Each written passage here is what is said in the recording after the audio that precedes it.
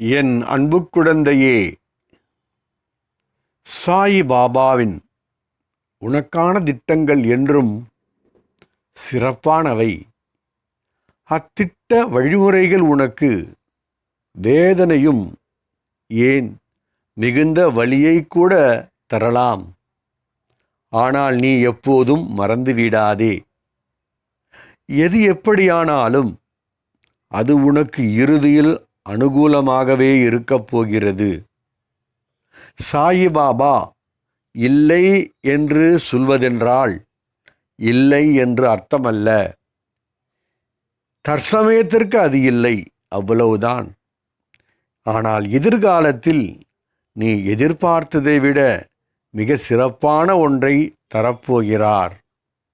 உன் சாயப்பா இப்போது தற்சமயம் உனக்கு இல்லை என்று சொல்கிறார் என்றே நீ அர்த்தம் கொள்ள வேண்டும். எதிர்காலத்தில் கட்டாயம் தருவார் என்றும் நம்பிக்கையோடு இருக்க வேண்டும். சாயிபாபா உன்னை எப்போதும் கைவிட மாட்டார். அப்படி கைவிட்டார் என்றும் நீ தவறாக எண்ணக்கூடாது.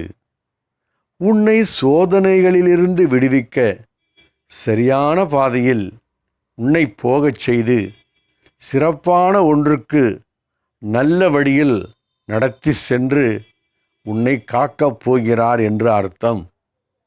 ஆனால் அந்த வழியிலும் சில வலியும் வேதனைகளும் இருக்கத்தான் செய்யும்.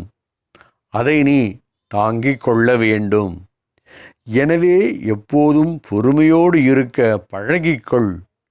அதே சமயம் நம்பிக்கையோடும் இரு.